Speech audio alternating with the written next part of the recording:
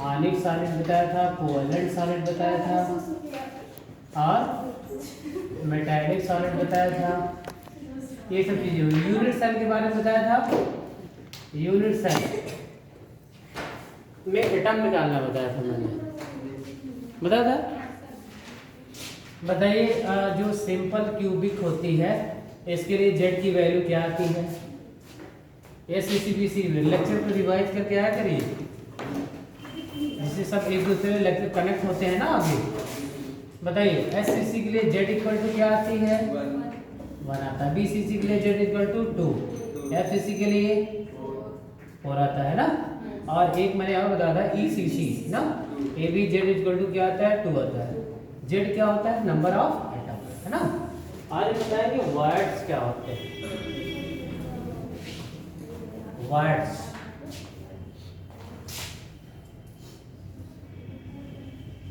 Words क्या होते हैं? जैसे मान लीजिए ये स्फीयर एक दूसरे को टच कर रहे हैं, या तो सपोज दैट इस तरह का है,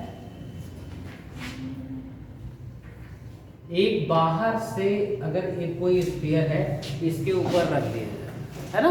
जैसे मान लीजिए थ्री ऐसे गोले हैं ऐसे रखे हुए टच किए हुए ना, एक ऊपर से गोला लाके इसी के ऊपर क्या कर, क्योंकि हमने कहा नहीं आप 3D स्पेस 3D तो हो नहीं सकता ना, तो इसी ऊपर ऐसे चौथा वाला रख दिया जाए, तो जहाँ जो यहाँ पे अंदर जो स्पेस दिखता है, जैसे देखिए 3 गोलों के टच में ये स्पेस दिख रहा है, बात ना करो जी, ये स्पेस दिख रहा है ना, तो यही जो रिक्ति दिखाई देती है, एम्प्टी स्पेस दिखता है, इसी को हम क्या कहते हैं? वायर्स कहते हैं। क्या कहते हैं?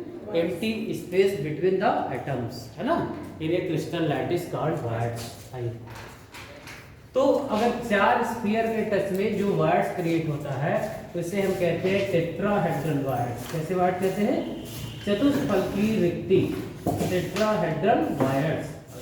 और जब 6 स्फीयर का कनेक्ट होता है, जैसे ये 3 रखे हैं और 3 जस्ट इसी के ऊपर ऐसे टच करते हुए, इनको टच करते हुए ऐसे रख दिए गए, तो 6 स्फीयर अगर है तो ऑक्टाहेड्रल वायर्स बनते हैं। ऑक्टाहेड्रल वायर्स, ओवी एंड टीवी शॉर्ट में से लिखा जाता है, tetrahedral wires and octahedral wires. मैं आपको बता दूं कि ऑक्टाहेड्रल वायर जितने स्फीयर, या मान लीजिए क्रिस्टल कोई लैटिस है, इसमें जितने स्फीयर होते हैं टोटल नंबर ऑफ स्फीयर के बराबर होते हैं। मान लीजिए n स्फीयर है अगर किसी क्रिस्टल लैटिस में, तो ऑक्टाहेड्रल वायर्स n बनते हैं। क्या बनते हैं? Octahedral voids equal to n, number of sphere के बराबर होता है। और जो टेट्राहेड्रल वायर्स होता है, tetrahedral voids equal to just इसका दो गुना होता है, 2n होता है। ध्यान रखिएगा, ऑक्टाहेड्रल वायर्स यदि n है तो टेट्राहेड्रल वायर्स की संख्या कितनी होती है? 2n। अब जैसे इसका एक एग्जांपल देखिए जरा, एक क्वेश्चन लिखिए, एक क्रिस्टल m और n परमाणुओं से बना है। एक क्रिस्टल m और n परमाणुओं से बना है। NCCP संरचना बनाता है। NCCP संरचना बनाता है तथा m परमाणु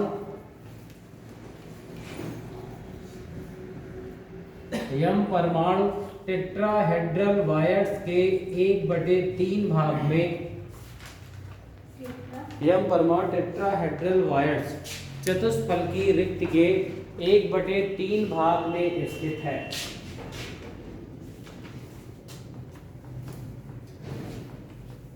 भाग में स्थित है। तो इस घन का सूत्र क्या होगा? इस घन का सूत्र क्या होगा? जो n परमाणु है CCP संरचना बनाता है, क्लियर, तथा m परमाणु चतुष्फलकी रिक्ति के 1/3 भाग में स्थित है। टेट्राहेड्रल वायर के 1/3 भाग में स्थित है। तो इस घन का सूत्र क्या होगा? पहली बात इनका आर समझिए, एक होता है लिखा होता है बुक में HCP और एक होता है CCP ना। इसको कहते हैं हेक्सागोनल क्लोज पैकिंग। क्यों, कहाँ से देखेगा आप, इधर बढ़ जाइए। हाँ आ जाइए, क्या दिक्कत है, कोई जगह से सामने बैठ जाइए, देखिएगा हेक्सागोनल क्लोज पैकिंग।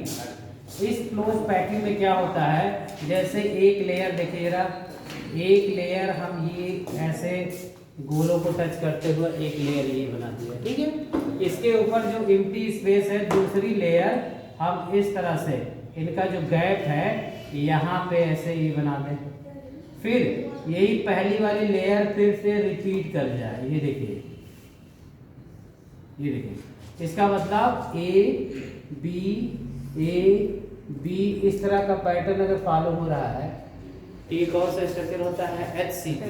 क्या होता है, HCP संरचना एग्जिस्ट करती है। अच्छा देखिए, आपको वार्ड्स दिखाई दे रहे होंगे, ये देखिए जो स्पेस है, एम्प्टी स्पेस है, इन्हीं को हम क्या कहते हैं बताइए, वार्ड्स कहते हैं। क्या कहते हैं, वार्ड्स। अच्छा एक होता है CCP, इसको कहते हैं cubic close pack, cubic close pack structure. और देखिए इसमें क्या होता है, इसमें ये पैटर्न फॉलो होता है।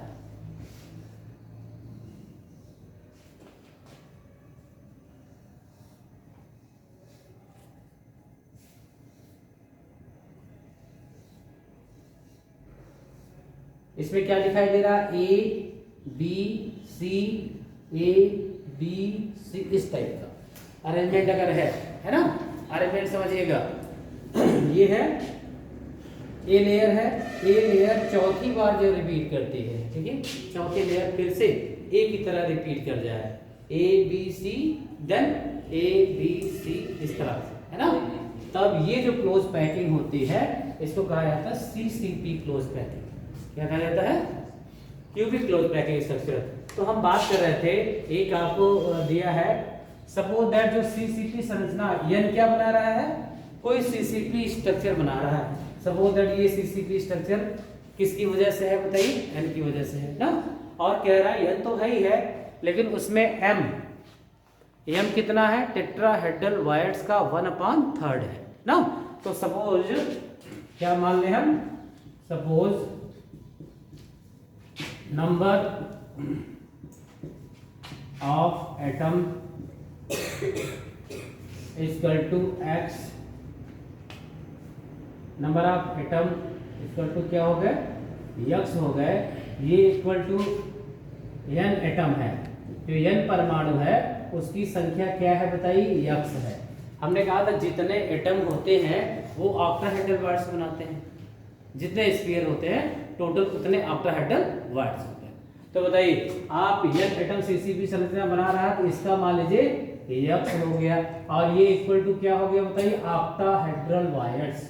क्या हो गया बताइए, जितने एटम होते हैं उतने ऑक्टाहेड्रल वायर्स होते हैं। अच्छा बताइए, फिर हमने क्या कहा, टेट्राहेड्रल वायर्स क्या होता है, 2n होता है। क्या होता है बताइए, 2n। तो बताइए टेट्राहेड्रल वायर्स क्या हो जाएगा, टेट्राहेड्रल वायर्स बताइए ये 2x हो जाएगा ना। अगर x ऑक्टाहेड्रल वायर्स है तो टेट्राहेड्रल वायर्स क्या हो जाएगा, 2x हो जाएगा। अच्छा टेट्राहेड्रल वायर्स में है कौन सा आइटम, m है ना। और टोटल टेट्राहेड्रल वायर्स का 1/3 कवर कर रहा है। कितना कवर कर रहा है ना। तो number of m atom present equal to 2x into 1/3। तो बताइए m का कंट्रीब्यूशन क्या हो गया, 2x/3। अच्छा समझ लीजिए, जितने स्फीयर होते हैं जो CCP संरचना में बनाते हैं, जितने स्फीयर होते हैं उतने ही ऑक्टाहेड्रल वायर्स होते हैं। मान लीजिए n जो एटम है m और n से बना था ना, एक n होगा और दूसरा क्या होगा m। कह रहा है जो n CCP संरचना बना रहा है, इसका मतलब इसकी वजह से सारे एटम आपस में कनेक्ट में हैं, तो उसका वो जितने स्फीयर होते हैं उतने हमने क्या कहा, ऑक्टाहेड्रल वायर्स होते हैं ना। तो मान लीजिए n जो एटम है वो x है, तो x ही उसका ऑक्टाहेड्रल वायर्स हो गया ना। अब बताइए, क्योंकि टेट्राहेड्रल वायर्स ऑक्टाहेड्रल का 2 गुना होता है। कितना गुना होता है बताइए, अगर ये x है तो ये कितना हो गया, 2x हो गया, है ना, 2x हो गया। ये टोटल टेट्राहेड्रल वायर्स आई है ना, लेकिन कह रहा है जो यम परमाणु है टेट्राहेड्रल वायर्स के 1/3 भाग में स्थित है। कहाँ पे स्थित है बताइए? 2x का 1/3 पार्ट कवर कर रहा है m, है ना। तो बताइए ये 2x/3 हो गया। अब बताइए यहाँ पे हम m लिख लें, और अच्छा क्रिस्टल हमारा बना किससे है? m और n से। तो m का कंट्रीब्यूशन आया 2x/3 आया, राइट। और ये इसका कंट्रीब्यूशन क्या आया? x आया। हमने क्या कहा था, कैसे मल्टीप्लाई कर देते हैं? Cross multiply. क्यों? तो बताइए इसका क्या हो जाएगा? इससे मल्टीप्लाई, x से x क्या हो जाएगा? कैंसिल। तो क्या हो जाएगा? m2n3 क्या बनेगा क्रिस्टल? बात समझ में आई? अरे भाई ये 3x हो गया, ये 2x हो गया और 3x हो गया, x से x क्या हो गया? कैंसिल। क्या रेशियो आया? m2n3, है ना। तो इसी तरह अगर ये मान लीजिए अगर m n न कहते x और y कह देता, है ना, क्या देता कि जितने टेट्राहेड्रल वायर्स है उसके 3/4 3/4 हिस्से पर ये m प्रेजेंट है, तब क्या करते हैं आप? ये 3x/4 हो जाता, 2x इंटू 3/4 पार्ट पे कवर कर रहा है ना। ये क्या हो जाता बताइए? 6x/4 हो जाता, या 3/2x हो जाता। क्या हो जाता? 3x/2 ही आ जाता ना। तब क्या फार्मूला बन जाता? m3n2। क्यों? तब क्या फार्मूला हो जाता? अगर यही न्यूमेरिकल में क्या देता, टेट्राहेड्रल वायर जो m एटम है वो टेट्राहेड्रल वायर्स के 3/4 भाग को कवर कर रहा है, 3/4 भाग को प्रेजेंट है। तो टेट्राहेड्रल वायर x का 2 गुना होता है, 2x का 3/4 निकाल लेते और फिर फार्मूला में यहाँ रख करके निकाल लेते, उसका सूत्र क्या है। तो देखिए 4 गोलों को आपस में क्लोज पैकिंग संपर्क में आने पर जो रिक्ति बनती है टेट्राहेड्रल वायर्स होती है। 6 गोलों के संपर्क में आने पर जो रिक्ति बनती है उसको क्या कहते हैं? ऑक्टाहेड्रल वायर्स ना। ऑक्टाहेड्रल वायर की संख्या n होती है, तो टेट्राहेड्रल वायर की संख्या उसकी जस्ट 2 गुना होती है। ध्यान रखिएगा ये सब ना। अगर टेट्राहेड्रल वायर x है ऑक्टाहेड्रल, तो टेट्राहेड्रल क्या हो जाती है? 2x हो जाती है। तो एक तो बने घन का सूत्र हमने प्रीवियस लेक्चर में भी बताया था कि P और Q से बना है, ये कार्नर पर है, ये फेस पर है, तो क्या सूत्र होगा ना। सूत्र बनने का सीख लिया ना। जो फेस पर होता है कितने भाग को कवर करता है? 1/2 यूनिट सेल का हिस्सा होता है ना। और कितनी फेसें होती है बताइए? 6 फेस। तो 6 × 1/2 ये 3 कंट्रीब्यूशन आ जाता है ना। और मान लीजिए कोई बॉडी के सेंटर में है तो उसका कंट्रीब्यूशन क्या होता है? 1 का होता है ना। जो फेस पर होता है उसका कंट्रीब्यूशन क्या होता है? आधा होता है ना। अब सबसे ज्यादा जो न्यूमेरिकल और वो सब पूछे जाते हैं आता है रेडियस निकालना, है ना। रेडियस और डेंसिटी ऑफ ए क्रिस्टल। ये देखिए इधर, radius of unit cell. Unit cell की त्रिज्या ज्ञात करना। पहला radius of SCC unit cell, SCC unit cell.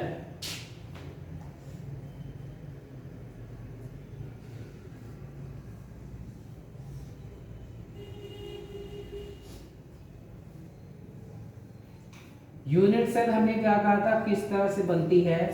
घन के आकार की। किस आकार की बनती है? घन के आकार की बनती है।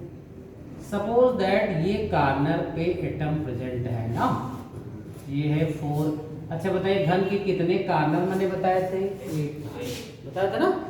अब यहाँ पे मान लीजिए एटम है, एटम का साइज क्या मानते हैं? स्फेरिकल मानते हैं ना, है ना। तो बताइए यहाँ जो एटम होगा, सपोज दैट ये इसका ये रेडियस है, और अब दोनों गोले आपस में ये टच कर रहे हैं।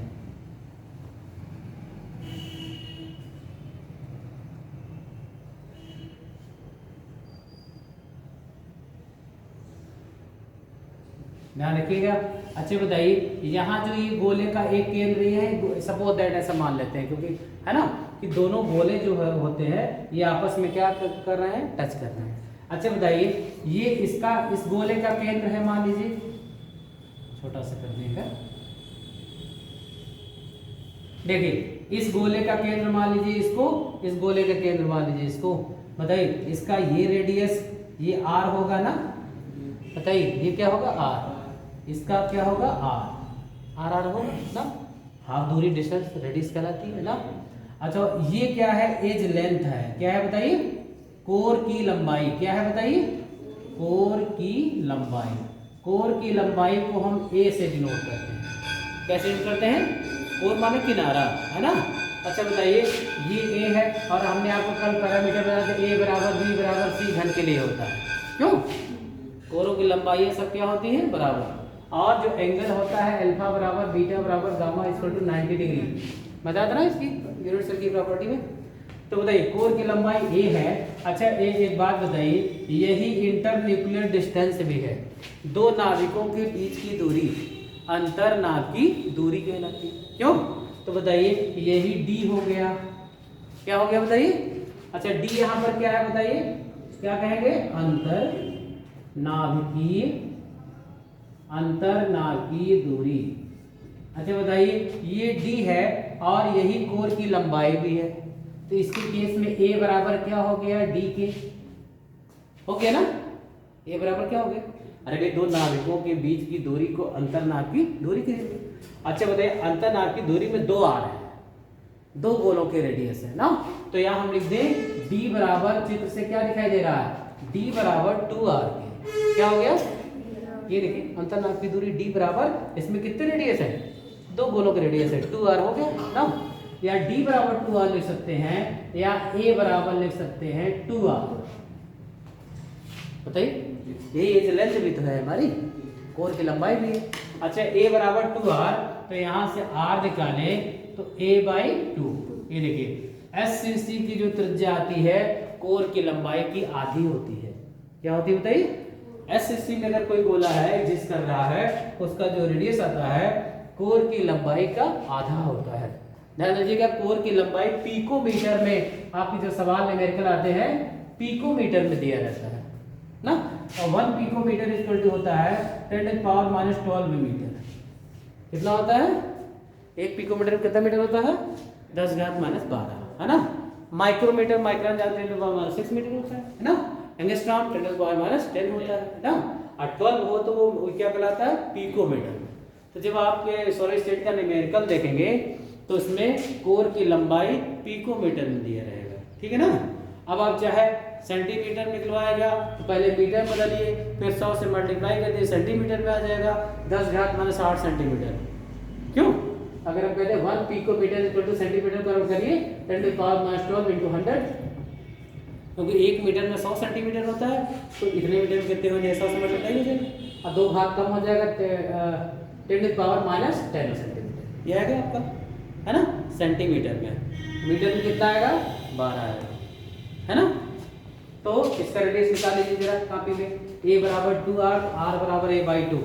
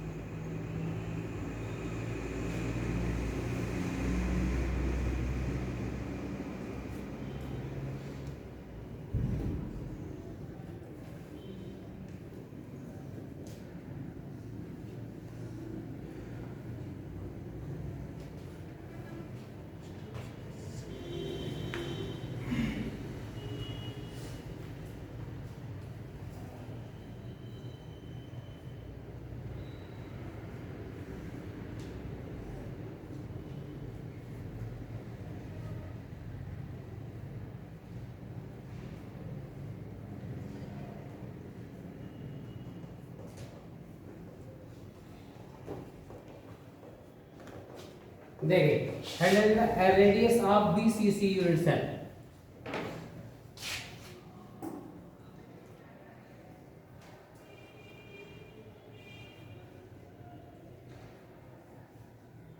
Radius of BCC।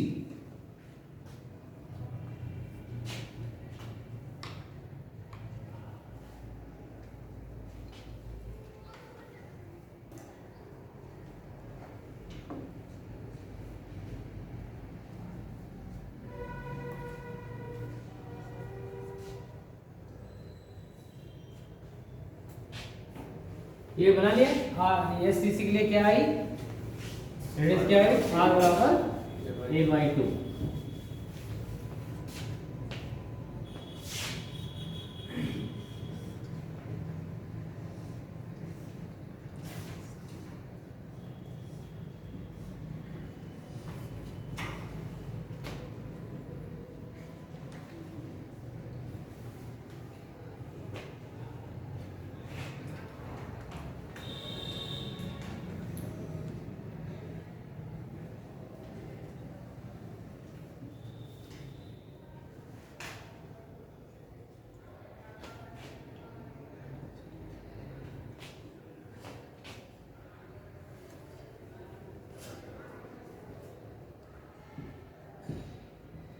अच्छा, BCC की क्या खास बात होती है बताइए। पहले हम इसका क्या करें, अब देखिए एक यहां से डाइगोन निकाल लें, इसके सेंटर से सपोज दैट ये निकालना है आपको। इसको कार्य थोड़ा सा बनाइएगा। बॉडी सेंटर में एक गोला बीचों बीच होता है ना, बताइए होता है ना। अच्छा मान लीजिए ये आपका, इसका हमको इसका रेडियस निकालना है। अच्छा एक बताइए, और क्या हम एज्यूम करते हैं कि ये जो कॉर्नर पे गोले हैं, एक गोला जो बॉडी के बीचों बीच है ये है ना, और एक जो है गोला यहाँ पर जो है, ये गोले आपस में क्या करते हैं बताइए, टच करते हैं। क्या करते हैं, टच करते हैं। तो पहले हम इसका डायगोन ये निकाल लें पहले। सपोज दैट ये क्या होगा बताइए, ए होगा। अच्छा सबकी लंबाइयाँ बराबर होती है ना इसमें, ये ए होगा। और पहले हम निकाल लें, अगर इसको हमने ऐसे डिनोट करें ए बी, अगर हम यहाँ बात करें इसको, ये आपका ये भुजा सी मान लें, इसको डी मान लें, ये केंद्र मान लें, बिंदु मान लें। तो बताइए पाइथागोरस प्रमेय से पहले हम क्या निकाल लें, AD स्क्वायर निकाल लें। क्या निकाल लें, AD स्क्वायर। फिर उसके बाद फिर ये वाला निकाल लें, लेकिन ये फिगर बना नहीं कर रहे, फिर से फिगर बनाइए।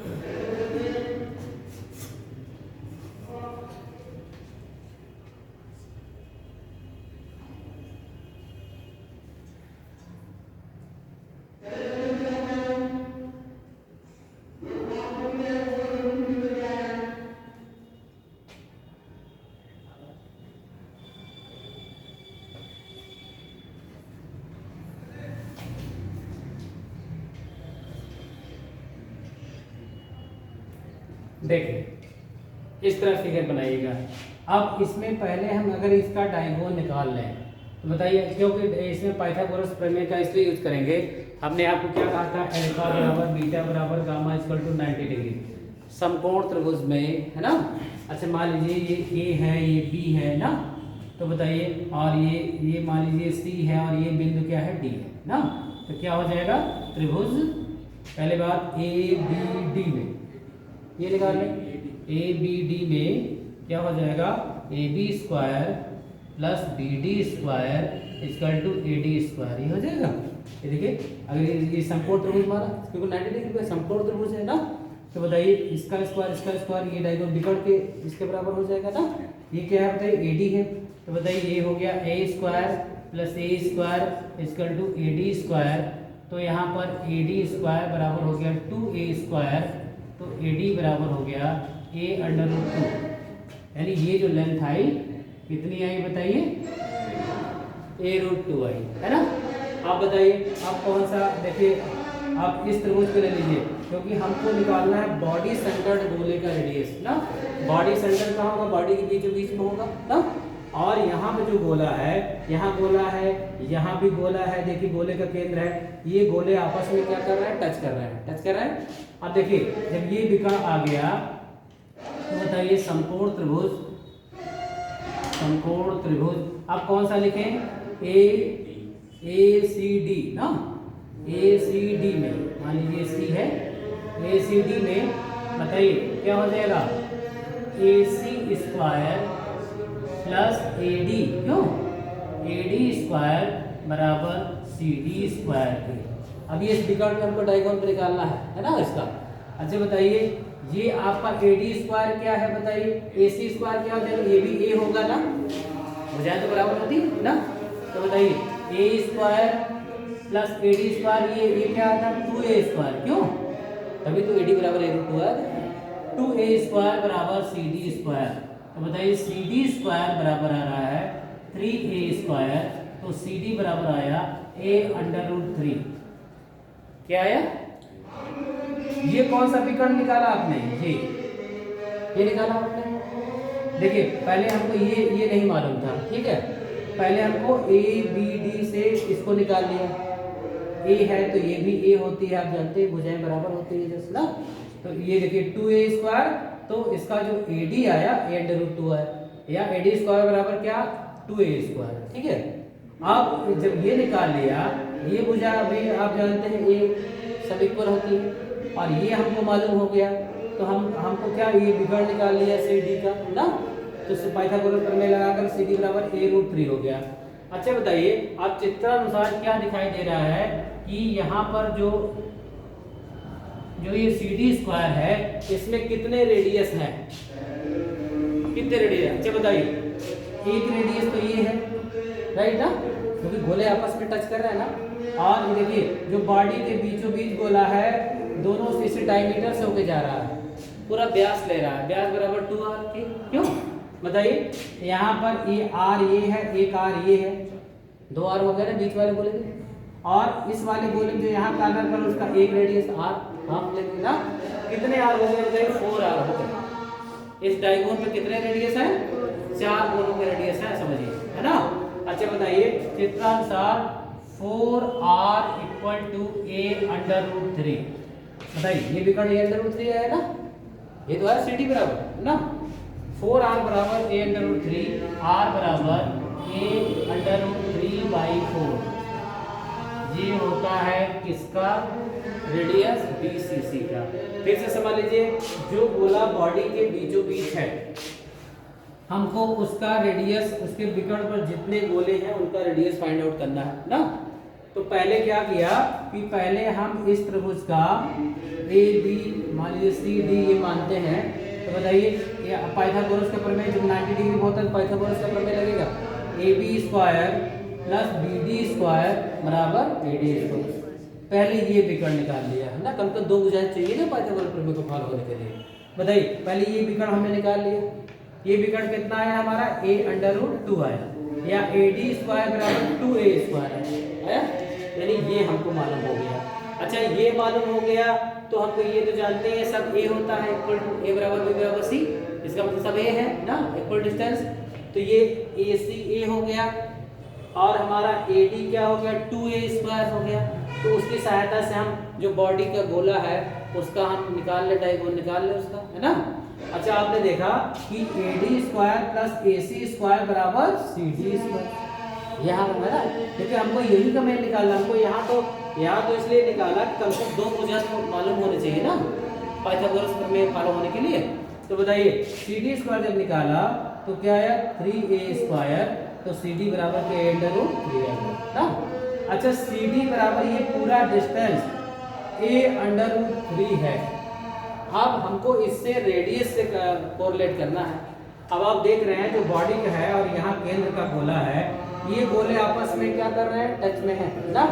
जो बॉडी के बीचों बीच है उसमें 2r होगा, केंद्र से होके जा रहा है, देख रहे हैं आप, और इसका हाफ आर, इसका हाफ आर, टोटल कितने आर हो गए 4r। 4r बराबर क्या वैल्यू आई है इसकी, इसका डायगोनल क्या आया a अंडर रूट 3। क्या आया? तो फिर बताइए यहाँ से r निकाल लिया, r बराबर a√3/4। इनका जब ये तीनों का निकल जाएगा तो तीनों का एक जगह रख लीजिएगा। इससे फार्मूले के न्यूमेरिकल आते हैं। एससीसी के लिए आया r बराबर a/2, किसके लिए आया? एससीसी के लिए। बीसीसी के लिए आया a√3/4 आया। ये किस प्रकार के क्वेश्चनों के लिए है? बीसी। अच्छा एक बात बताइए, अगर रेडियस दिया हो तो ये निकाल सकते हैं, ये दिया हो तो रेडियस निकाल सकते हैं। आपको चाहिए क्या? कोर की लंबाई। क्या चाहिए बताइए? कोर की लंबाई पिकोमीटर में एंड सो ऑन यूनिट में ना। पहले ये उतार लीजिए जरा।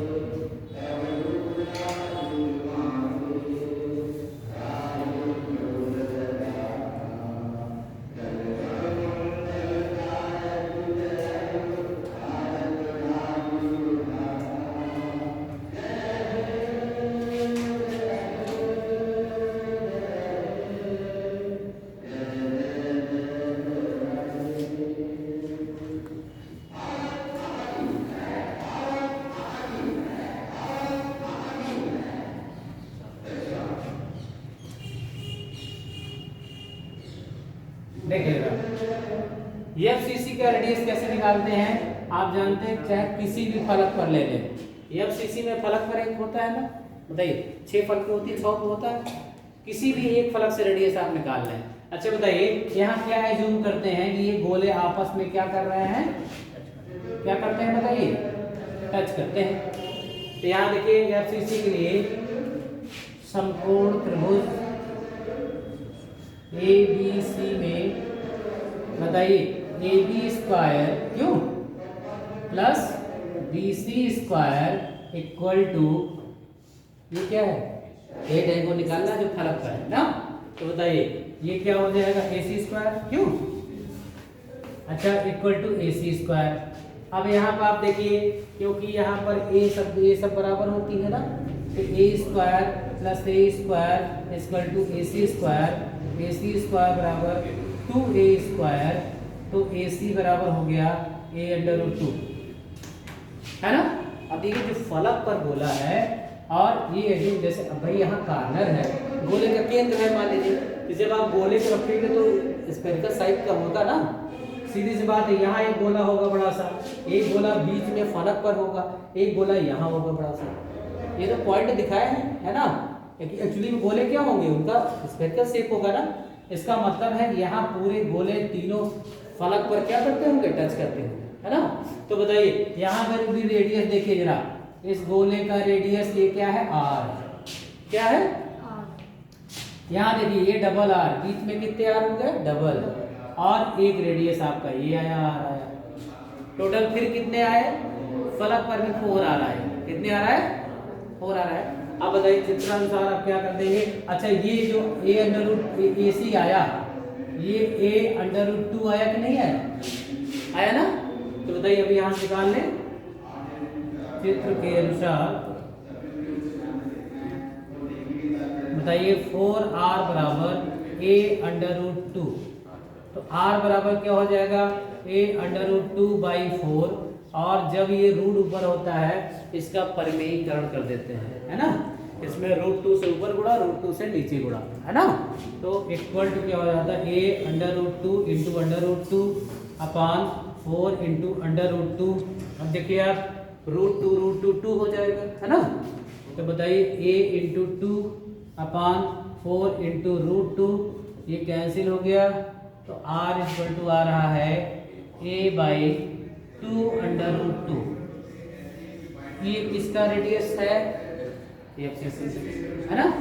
तो आप देखिए तीनों का एफसीसी, इनके फार्मूले बिल्कुल याद होने चाहिए। ऑब्जेक्टिव में डेरिवेशन तो आएगा नहीं, है ना, सीधे फार्मूले से सवाल आएंगे आपके ना, लेकिन इस तरह निकाला जाता है, हमने ये भी बता दिया।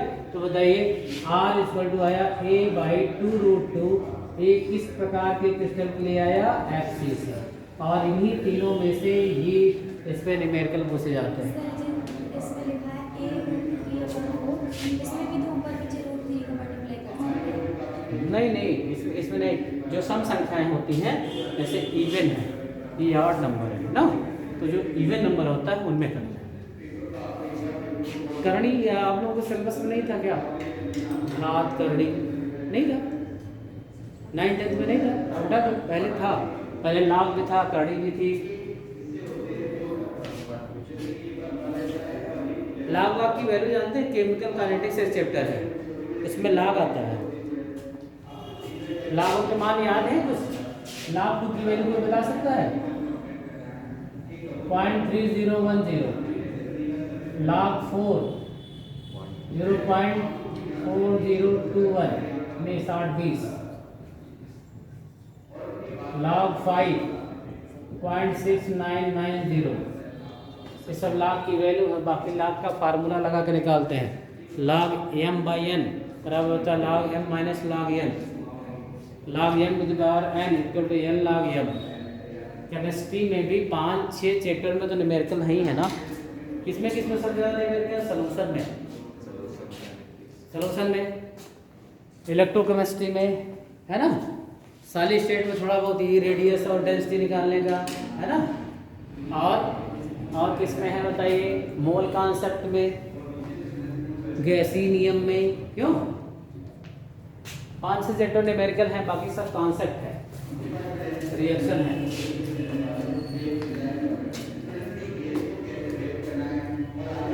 एनडीए में भी केमिस्ट्री पूछी जाती है, उसमें इंग्लिश भी पूछी जाती है ना। एनडीए का पैटर्न जानते हैं ना, physics chemistry math plus English, है ना। हाँ, इस बार लड़कियों को भी इन्वॉल्व किया गया है। इस बार का जो पेपर था एनडीए का काफ़ी इजी आया था, लेकिन हर बार ऐसा क्योंकि कोरोना की पहली बार एनडीए में लड़कियों को शामिल किया गया था। लड़कियां भी एनडीए के एग्ज़ाम दे सकती हैं, है ना, इलाहाबाद में सेंटर। तो रेडियस सबका अलग अलग लीजिएगा। एससी का r बराबर a/2, बीसीसी का a√3/4 और इसका a/2√2। अब लिखिए density of a crystal, density of crystal, crystal का घनत्व ज्ञात करना, किसी क्रिस्टल का घनत्व ज्ञात करना।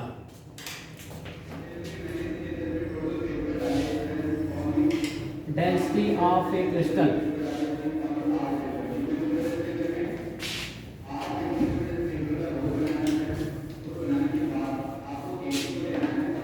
We know that density equal to होता है मास अपॉन वॉल्यूम। क्यों? घनत्व बराबर क्या होता है? द्रव्यमान बटे आयतन, है ना। अब किसका द्रव्यमान? यहाँ क्रिस्टल के केस में किसका द्रव्यमान है बताइए? जितना, अच्छा बताइए, यूनिट सेल का द्रव्यमान, जितने यूनिट सेलें हैं ना उनका द्रव्यमान और यूनिट सेल का वॉल्यूम, है ना। अच्छा बताइए क्या हो जाएगा? Mass of whole unit cell.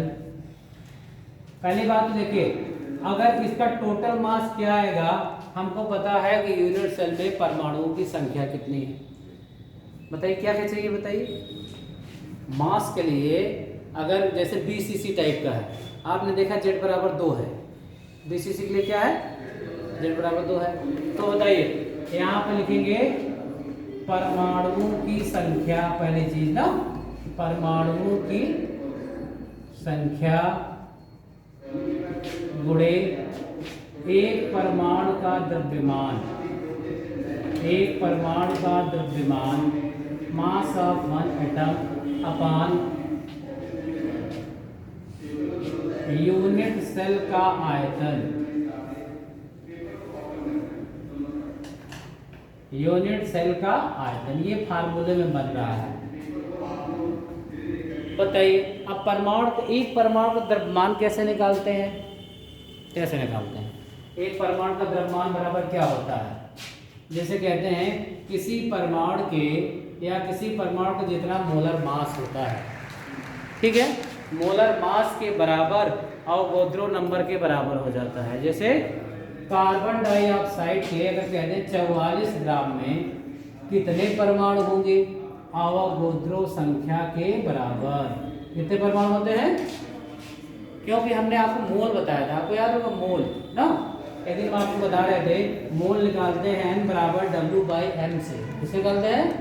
Mass in gram upon molar mass ना। जैसे मान लीजिए कार्बन डाइऑक्साइड है, इसका 44 ग्राम है और मोलर मास भी देखिए 12 16 दूनी 32, 32 12 44, तो 44/44 बताइए एक मोल हुआ कि नहीं हुआ, है ना। अब किसी पदार्थ के एक मोल में कितने परमाणु या अणु होते हैं? अवोगाद्रो संख्या के, है ना। इसका मतलब कार्बन डाइऑक्साइड का जो मोलर मास है, अगर इतनी मात्रा इसकी ग्राम में ली जाए तो उसमें कितने परमाणु दिखाई देंगे? अवोगाद्रो संख्या के बराबर ना। अगर आप कह दें कि 6.023 × 10⁻, इतना एटम का मास बराबर 44 ग्राम के है ना, तो एक परमाणु का मास निकालेंगे तो क्या हो जाएगा? मोलर मास अपान अवोगाद्रो नंबर। क्या हो जाएगा बताइए? अरे भाई कितने परमाणु का द्रव्यमान कितना है? 44। केवल कार्बन डाइऑक्साइड की बात करें ना, मान लीजिए कापर है, कापर का मोलर मास 63.5 आता है ना, तो इसमें अवोगाद्रो नंबर से क्या कर देंगे? भाग कर देंगे ना, क्योंकि कापर के इतने परमाणु का द्रव्यमान 63.5 ग्राम है, तो एक परमाणु का द्रव्यमान क्या होगा? 63.5/10, है ना। आप अच्छी तरह समझ लीजिए फार्मूला कैसे आ रहा है। एक परमाणु का द्रव्यमान कैसे निकालते हैं? परमाणुओं की संख्या निकालते हैं अवोगाद्रो संख्या से ना। अवोगाद्रो संख्या कैसे निकलती है? मोल से। किससे निकलती है बताइए? अब मोल कैसे निकलता है? भार बटे अणुभार, n बराबर W/m से ना। तो बताइए इसका मतलब है अगर m/n कर दें, एक परमाणु का द्रव्यमान बराबर मोलर मास अपान अवोगाद्रो नंबर हो गया, है ना। अब देखिए यह फार्मूला में एक किसी भी एक परमाणु का द्रव्यमान, एक परमाणु का द्रव्यमान बराबर हो गया m/n। m जहाँ क्या है? Molar mass of atom. n a क्या है? Avogadro number. अच्छा अवोगाद्रो नंबर को किससे दिखाते हैं? 6.023 एक्चुअली वैल्यू होती है, लेकिन गणना में आसानी के लिए 2 ही स्थान तक ले लीजिए, क्योंकि ये सार्थक अंक होते हैं 2 स्थान है ना। × 10⁻23 atom oblique molecule oblique electron proton बता रहे थे ना उस दिन मोल कॉन्सेप्ट में, गैसेस गेम में ना। तो बताइए इसका मतलब इतना एटम किसी के मोलर मास के बराबर होता है, किसी का भी। कॉपर का मोलर मास 63.5 ग्राम है, इसका मतलब 63.5 ग्राम में कुल कितने परमाणु होंगे? अवोगाद्रो संख्या के बराबर। कह सकते हैं इतने परमाणु का द्रव्यमान, इतने परमाणु कॉपर के इतने परमाणु का द्रव्यमान उसके 63.5 ग्राम के बराबर है ना। तो एक परमाणु का द्रव्यमान क्या हो जाएगा फिर? 63.5 अपान अवोगाद्रो। तो मोलर मास अपान ये फार्मूला बना। अच्छा बताइए यहाँ परमाणु की संख्या हमने निकलवाया है Z से दिखाया है ना, तो बताइए फार्मूला क्या बन रहा है? अच्छा यूनिट सेल बताइए। यूनिट सेल का कॉन्सेप्ट बताया मैंने। यूनिट सेल धनाकार होती है, किस आकार की होती है? और घन का आयतन बराबर होता है a क्यूब। घन का आयतन क्या होता है? अब देखिए फार्मूला क्या आ रहा है कि डेंसिटी जो है उसको रो से यहाँ पे दिखाते हैं। ये क्या है? क्रिस्टल की डेंसिटी को रो से RH, ठीक है ना। रो इक्वल टू हो गया Z × m/na × a क्यूब, और इसकी डेंसिटी ग्राम पर सेंटीमीटर क्यूब में निकालते हैं। क्रिस्टल की डेंसिटी वेयर Z क्या है? परमाणुओं की संख्या। क्या है? परमाणुओं की संख्या है। m क्या है बताइए? मोलर मास है ना, मोलर मास या एटॉमिक मास। अगर परमाणु की अवस्था में है तो एटॉमिक मास हो जाएगा, अणु की अवस्था में है मोलर मास हो जाएगा, है कि नहीं? अच्छा बताइए Na क्या है? आवागेद्रो नंबर ना, आवागेद्रो नंबर। और ए क्या है? Edge length. क्या है बताइए? Edge length of unit cell. इससे भी निकालने के लिए सवाल आते हैं, लेकिन कैलकुलेशन थोड़ा सा लंबा हो जाता है। चलिए एक सवाल देता हूँ, देखिए कैलकुलेशन कैसे लंबा हो जाता है।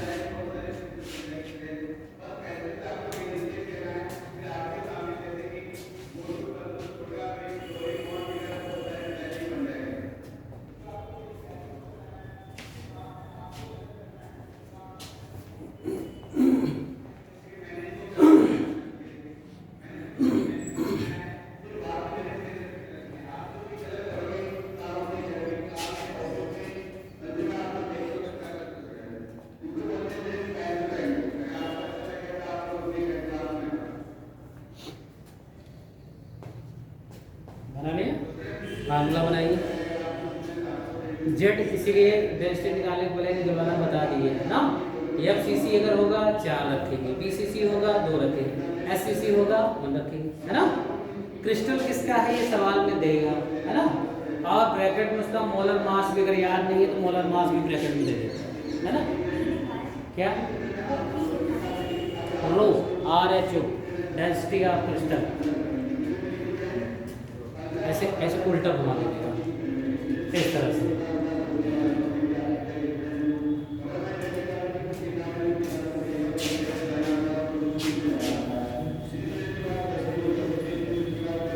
लिखिए, क्वेश्चन लिखिएगा, करके दिखाइए। सोडियम क्लोराइड का एक क्रिस्टल FCC जालक में क्रिस्टलित होता है, क्रिस्टलित होता है।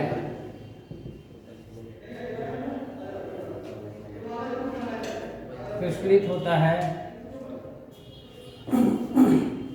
जिसके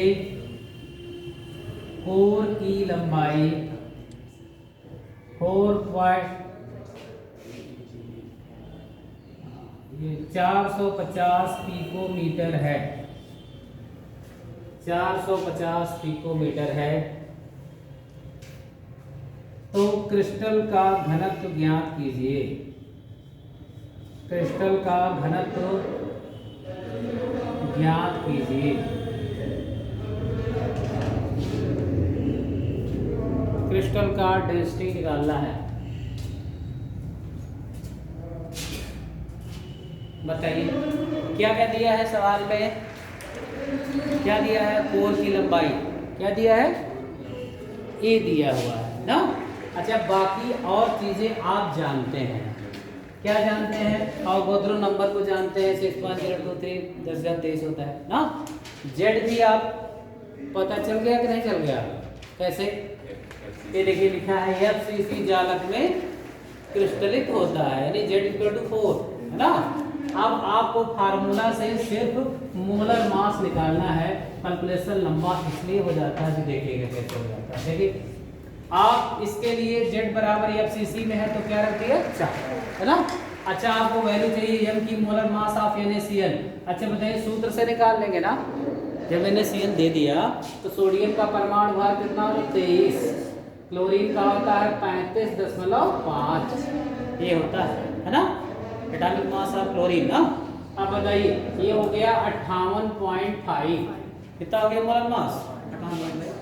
अब बताइए बचा क्या? आपके पास है अवोगाद्रो नंबर, इसकी वैल्यू क्या कितना? 6.02 × 10⁻23।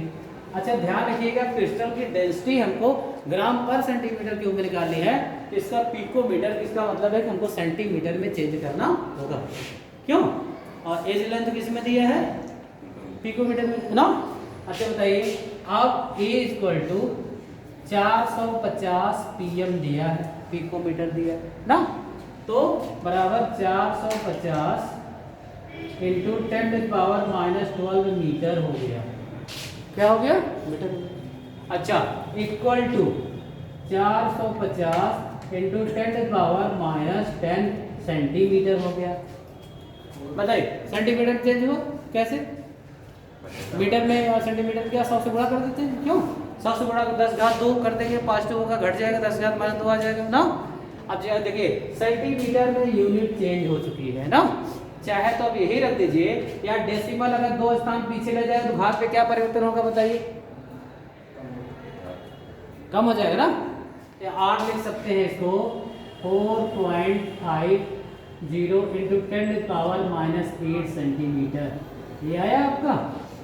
आप देखिए कैलकुलेशन सारी वैल्यू पता हो गई, लेकिन आपका ये अब इसकी एक्यूरेसी इस बात पे डिपेंड करता है कितना तेज आपका गुणा भाग है।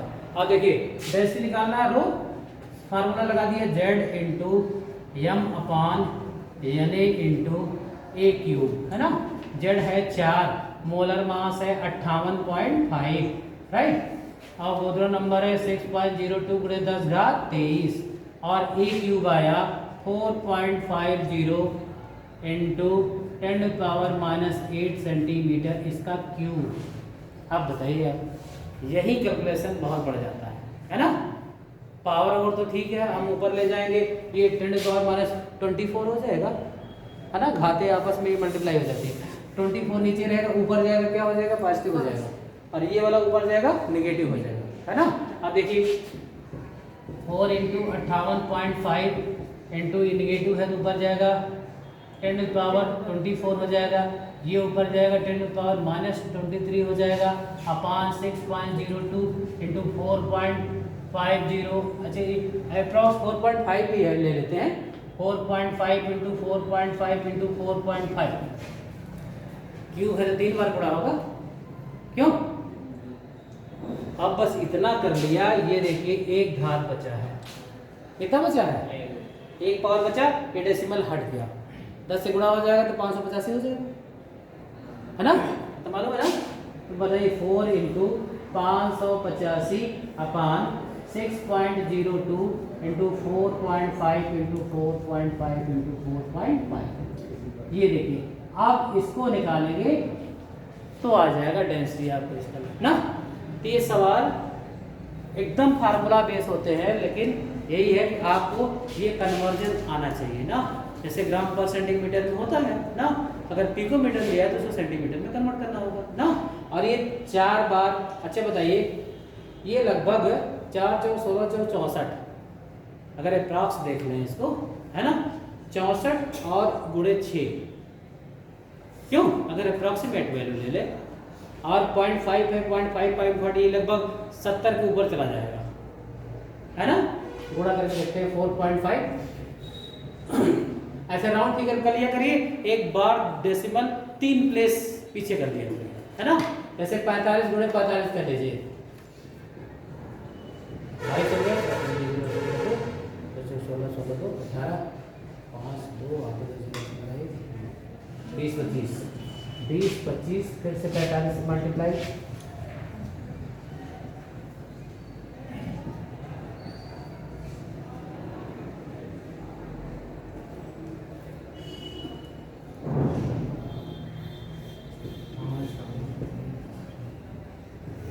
नाइन 1,125। अच्छा बताइए कितनी वैल्यू आ रही है और डेसिमल 3 4.5 4.5 4.5 3 बार डेसिमल आया है, 3 अंक पीछे ये आया, देख रहे हैं 91.125 हो जाएगा। क्या हो जाएगा? पूरा डेसिमल हटा करके लास्ट में लगा दिया करिए कितनी बार डेसिमल का मल्टीप्लिकेशन किया है, उतने अंक पीछे डेसिमल रख दिया करिए, ठीक है ना। अब देखिए ये सब स्ट्रांग होना चाहिए तभी सॉल्व होगा, है ना। अब देखिए अब ये 91.125 में अभी 6 से और मल्टीप्लाई करना है ना। अच्छा अब इसमें सपोज दैट अब इसका ये है 6.02,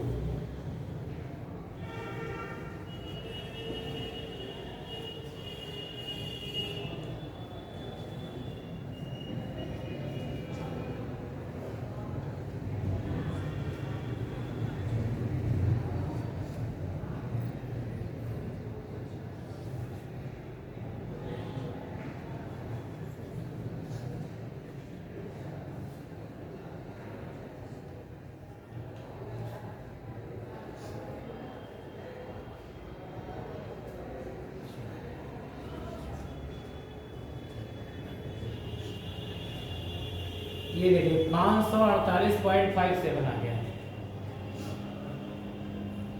ऐसे देखिए अप्रॉक्स कर लेते हैं, 6 के अंदर 6 6 9 54 है ना, 546 आता, थोड़ा सा बढ़ गया क्योंकि 0.02 ही मल्टीप्लाई है ना।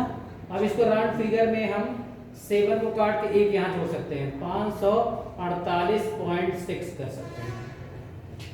नीचे की वैल्यू टोटल कितनी आ गई, इतनी आ गई है ना। अब इसको मल्टीप्लाई करो जरा,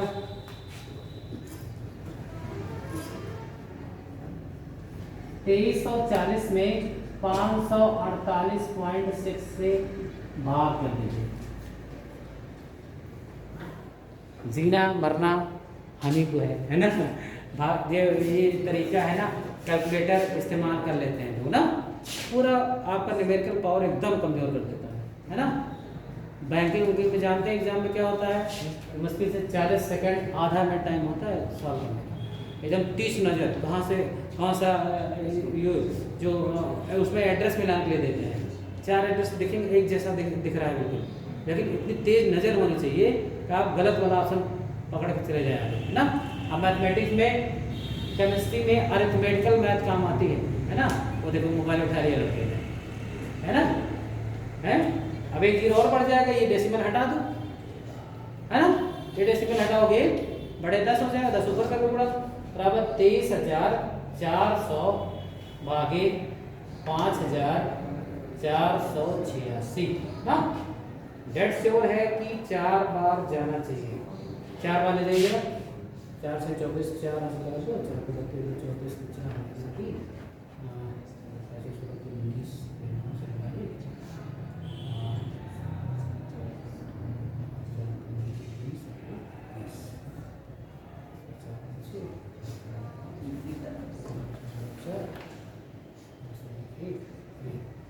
4 पॉइंट समथिंग आएगा है ना, निकाल लेंगे अपना। यार बुरा भाग करके मैं बता रहा हूँ आप लोगों को, ठीक है ना, डेसिमल कैसे खत्म करते हैं, कैसे क्या करेंगे है ना। 4 पॉइंट समथिंग आएगा क्रिस्टल का गलत है ना। तो ये 14 हो जाएगा, 5 3 15 लगभग 4.2 समथिंग है ना। ऐसे कुछ मेरे अप्रॉक्स ले करिए, अगर ये 15,000 होता, 5 या 15,000 होता, क्यों, अगर राउंड फिगर में रहे, इसका मतलब 2 जाएगा, फिर कुछ वैल्यू आएगी। अप्रॉक्सीमेट अगर इतना भी लिख देते हैं 4.2 ग्राम पर सेंटीमीटर क्यूब, आंसर मैच कर लीजिए है ना, बहुत ज़्यादा आगे निकालने की जरूरत नहीं है ना। अच्छा एक बात बताइए, इसमें अगर डेंसिटी दिया हो तो उसका जेड निकाल सकते हैं, बताइए। कभी कभी इन सवालों में क्या करता है कि डेंसिटी दिया रहता है, रो की वैल्यू दिया रहता है ना, और मोलर मास भी दिया है। मान लीजिए सिल्वर का क्रिस्टल है, उसका मोलर मास 108 है, कितना है 108 है, और उसका ये लेंथ दिया हुआ है, मान लीजिए 2.5 इंटू 250 पिकोमीटर है, क्या दिया जाए, उसका क्या है एज लेंथ 250 पिकोमीटर है। बताइए यह किस प्रकार का क्रिस्टल होगा, क्रिस्टल का टाइप पूछेगा है ना। अगर क्रिस्टल का टाइप पूछेगा तो बताइए आपको क्या निकालना पड़ेगा, जेड निकालना पड़ेगा, क्या निकालना पड़ेगा। अच्छा अगर मान लीजिए जेड 1 के आसपास आ रहा है, हो सकता है कभी कभी राउंड फिगर में नहीं आता, अगर 1 के आसपास 0.99 आ गया तो इसको मान लेंगे 1, तो क्रिस्टल का टाइप क्या हुआ, SCC, क्या हुआ। अगर ये वैल्यू 1.98 आई तो जेड ये 2 के बराबर आ गया ना लगभग, है ना। तो बताइए 2 आ गया तो इसका मतलब BCC है, अगर 4 आ गया तो क्रिस्टल FCC है। तो क्रिस्टलों का टाइप भी पता चल जाता है जब आप वैल्यू निकालते हैं जेड की। यहाँ तो दे दिया ना FCC से अलग है ना, तो आपने जेड की वैल्यू रख दिया। अगर ये ना देता है ना तो फिर आपको जेड निकालना पड़ता है ना, जेड निकाल के पता करते हैं कि क्रिस्टल किस टाइप का है ना। चलिए लिखिए जरा, निकाल के दिखाइए जरा। सिल्वर क्लोराइड का एक क्रिस्टल, सिल्वर क्लोराइड का एक क्रिस्टल जिसके कोर की लंबाई 250 पिकोमीटर है, 250 पिकोमीटर है, जिसका घनत्व 250 पिकोमीटर है, जिसका घनत्व 10.5 ग्राम पर सेंटीमीटर क्यूब है, जिसका घनत्व, जिसकी डेंसिटी 10.5 ग्राम पर सेंटीमीटर क्यूब है। तो इस क्रिस्टल का प्रकार बताइए। दिया है मोलर मास ऑफ सिल्वर, ये सिल्वर क्लोराइड नहीं, सिल्वर है क्यों, molar mass of silver equal to 108, molar mass of silver 108 है। हाँ क्या बोले, सिल्वर का एक क्रिस्टल है ना, जिसके कोर की लंबाई 250 पिकोमीटर है, 250 पिकोमीटर है, इसका घनत्व 10.5 ग्राम पर सेंटीमीटर क्यूब है। तो क्रिस्टल का प्रकार बताइए, क्रिस्टल का प्रकार बताइए। अच्छा सोचिए, अगर इसका ऐसे लिखा होता 488 पिकोमीटर, तो मल्टीप्लाई करते करते तो बहुत है ना, तो बताइए फिर आती वैल्यू 4.88 इंटू 10⁻⁻8 सेंटीमीटर में कन्वर्ट होता। 4 बार इसका गुणा, अगर गुणा भाग आपने गलत किया तो कभी आंसर सही नहीं आ सकता है कि नहीं। इसलिए कैलकुलेशन पावर बहुत स्ट्रांग होनी चाहिए केमिस्ट्री में, क्योंकि आपकी वो जो इंजीनियरिंग वाली केमिस्ट्री है ना, वो इंजीनियर बनाने के अलावा कहीं काम नहीं आती। लेकिन ये जो गुणा भाग वाली केमिस्ट्री है, वर्गमूल गलमूल निकालना, ये एसएससी से लेकर के दैनिक जीवन में यूज होने वाली ये गणित है ना। तो बताइए जेड, अब यहाँ पे क्या फाइंड आउट करना है, समझ गए आप। जेड मोलर मास दिया है, कितना दिया है 108, और गोत्रो नंबर आप जानते ही हैं 6.02 × 10⁻23। ए क्यूब कैसे निकालेंगे, 250 पिकोमीटर है ना, 250 × 10⁻12 मीटर हो गया, 250 × 10⁻10 सेंटीमीटर हो गया, 2.5 × 10⁻8 ये हो गया। अब इसको कन्वर्ट कर लिया सेंटीमीटर में ना, ये तो करेंगे, डेसिमल 2 स्थान और पीछे ले गए है ना। या तो आप चाहे तो ऐसा ही रहने दीजिए, 250 का 3 बार गुणा कर दीजिए, क्यों, एक क्यूब में है ना, 3 बार गुणा होगा। तो बताइए यहाँ पर 10.8 रखेंगे, जेड की वैल्यू निकालना है, 108 रखेंगे, अपान 6.02 × 10⁻23 रखेंगे, ए क्यूब रखेंगे, 2.5 × 10⁻8 का क्यूब। अब यहाँ से क्या फाइंड आउट कर लेंगे, जेड, क्यों जेड निकाल लेंगे ना। अरे भाई ये देखिए, एक तो थोड़ा सा आसान ये हो गया, इससे ये क्या हो जाएगा 10 टाइम, कितना गुना है 10 टाइम है, और ये चला जाएगा ऊपर, ये चला जाएगा प्लस में हो जाएगा, ये हो जाएगा माइनस ना, तो क्या हो जाएगा ये। अच्छा जेड इक्वल टू क्या हो जाएगा 10.8 इंटू 6.02 इंटू 10⁻23 इंटू 2.5 इंटू 10⁻8 का क्यूब अपान 108, ये हो जाएगा ना। अब यहाँ जेड निकाल लीजिएगा और फिर बताइएगा क्रिस्टल का टाइप क्या है ना। अभी अगर फिर से, अच्छा बताइए लेक्चर कुछ रिपीट भी हो रहा है ना, सारे सेट में 2 लेक्चर, जैसे पहले वाले लेक्चर में कुछ रिपीट हुए हैं ना, बाद में आता है ना शेड्यूल में। अभी इसमें बचा है पैकिंग फ्रैक्शन, कितना गोले का कितना % घिरा है, कितना खाली है ना। और इसमें आएगा अभी magnetic property, ferromagnetic, ferrimagnetic, anti ferro क्या होते हैं ना। और इसके बाद इसमें आता है डिफेक्ट इन क्रिस्टल, बहुत इंपॉर्टेंट, हर बार नीट में आता है। फ्रैंकल डिफेक्ट, शॉटकी डिफेक्ट ना, metal access defect, metal deficiency defect. अभी एक लेक्चर का और बाकी है ना। बाकी इसे क्या करना है, न्यूमेरिकल डेंसिटी पे, रेडियस पे ना, और एक है कोऑर्डिनेशन नंबर। कोऑर्डिनेशन नंबर किसे कहते हैं पता है, जैसे एक गोला क्रिस्टल लैटिस में कितने अन्य गोलों से घिरा है ना। जैसे अब ये देखिए जरा, अगर हम इसकी बात करें तो ये कितने गोलों के टच में है, इसके इसके इसके और कितने गोलों के टचिंग में है। देखिए यहाँ पे देखिए, ये